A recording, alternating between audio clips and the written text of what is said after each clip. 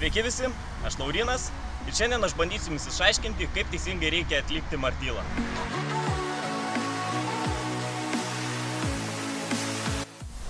Prieš pradedant mokintis martilą, patarčiau išmokti išėjimą iš paturniko ir gerai būtų pasipraktikuoti štai tokį pratimą. Taigi iškart perėsime prie atlikimo technikos. Visų pirma, aišku, užsilipot ant turniko viršaus. Rankas paimkite nuo savęs, nusileiskite iki nugaros. Iš pradžių bus lengviau atlikti pakėlus vieną koją.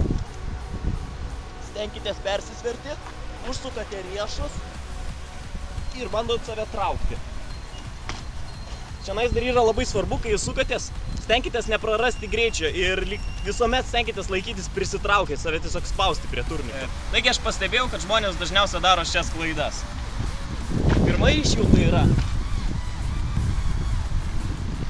kai jie sukasi, būna apačioj, jie visiškai ištiesi rankas ir galvoja, kad jiem kažkaip pavyks vėl prisitraukti. Ne, rankos visada turi būti sulenktos, visada stenkitės trauktis.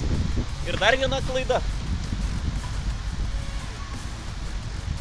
kad kai žmonės sulėtėja, jie visada čionai sukasi ir čionai susilėtina, vos ne kaip į bekleverį išeina.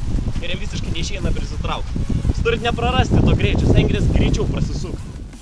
Dar kai iš pradžių treniruojate šį elementą, jūs kaip galite jį palengvinti, tai suktis maždaug ne per šitą vietą, o šiek tiek aukščiau nugaros, kažkur per čionais. Taip jums bus žymiai lengviau jį atlikti.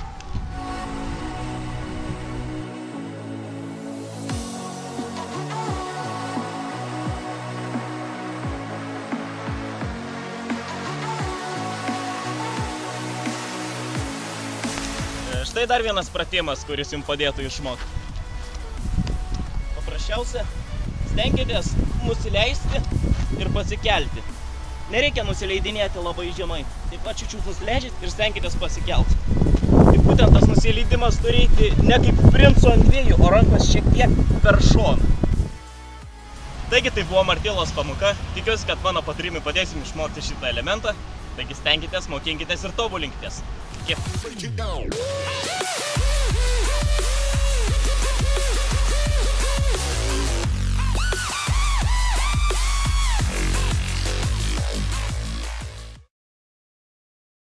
Taigi stenkitės, mokinkitės ir tobulinkitės. Iki. Ir panas. Ir ne, bendrai panas. Karočią, užsirašykite mano mokymus, aš jūs išmokinsiu, kaip gerai nukabinti paną. Tiesiog prieinat, darot prisitraukimą ir esat nusimaunat iš... Ne, čia vėliau.